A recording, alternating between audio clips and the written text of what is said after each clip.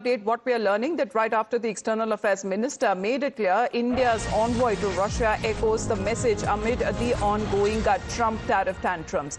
In a strong statement, India asserts that its national interest first policy, emphasizing that it chooses the deal which suits its own people.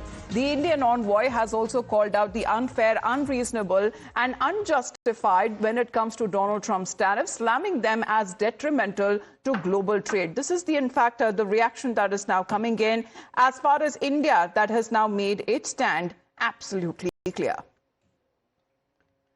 Now, this is happening at a time when Donald Trump's tariffs and amid the talks that has been progressing between the leadership of Russia and of Ukraine. However, when it comes to a stand on India, that, however, still remains unchanged. But when we speak of the adversary, China, well, China has been given a leeway as far as halting when it comes to the tariff is now concerned, but a steep hike of 50% and an unspecified penalty that has now been imposed on India. But this is the Indian envoy to Russia who seems to be slamming the tariff, saying that will buy oil where it gets the best deal. Shinjoy is connected with us. Shinjoy, good morning. We have seen the External Affairs Minister. Now we are looking at India's envoy also to Russia, echoing the same message amid the ongoing Trump tariff tantrums.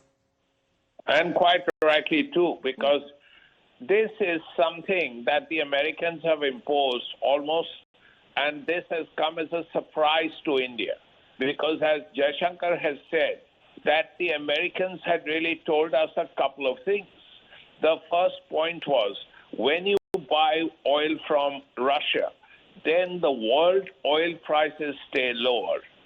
And secondly, when India buys crude oil from Russia, refines it and sends it to America, America sees it as Indian oil.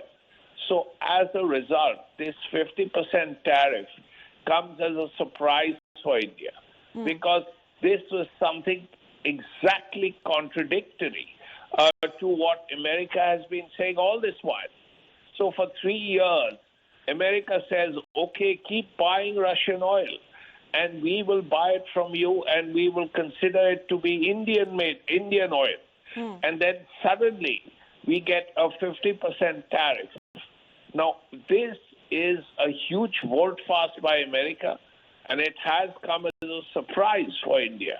Now, how India deals with it is something India has to decide, and there are negotiations, and also there has been a hardening of positions on both sides. So as a result, it is entirely likely that at least for a while this problem will continue, unless, and this is really the big one, unless the president himself, and the president is not known for keeping to one position all this while, changes his mind.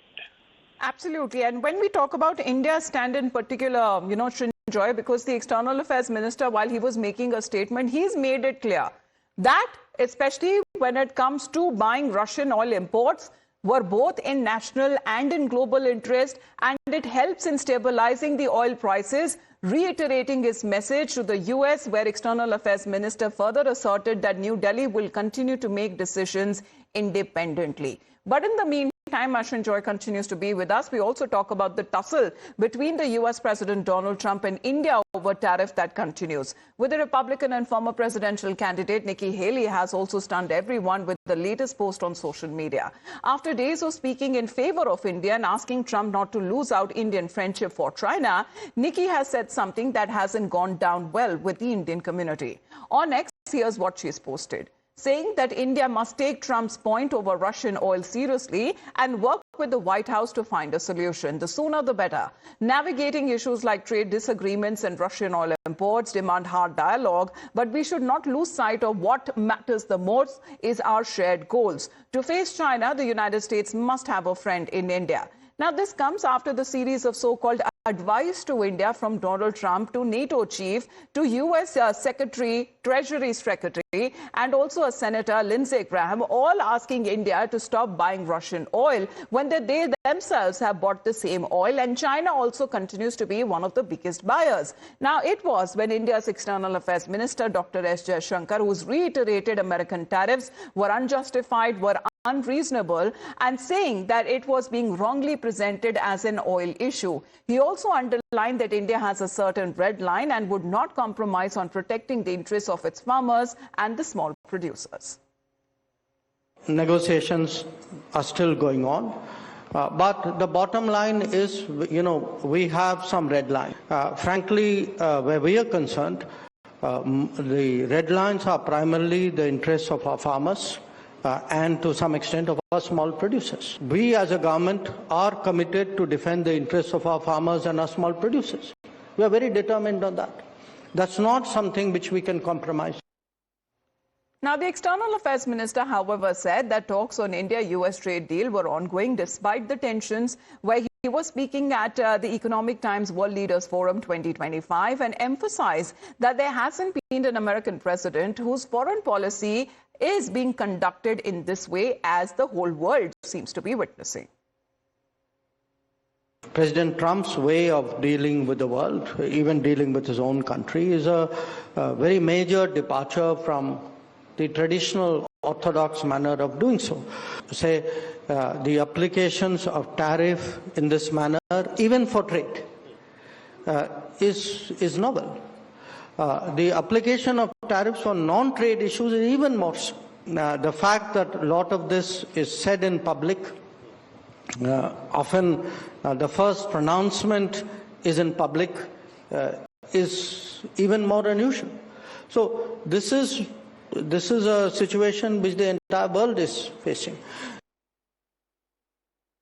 Now, earlier this week, while being in Moscow, Dr. Jaishankar has said that he was very perplexed by the additional 25% tariff on India, because it was the Americans who said that we should do everything to stabilize the world's energy markets, including buying oil from Russia. So while the Western hypocrisy on Russia-Ukraine war continues, the question we are asking is, why should India be taking the moral science lessons from the West, where the history lessons and wartime morality aren't even the concepts that exist in their dictionaries? Now, amid the ongoing Russia-Ukraine peace talks, let's get you this reaction that is coming in from the Vice President, J.D. Vance.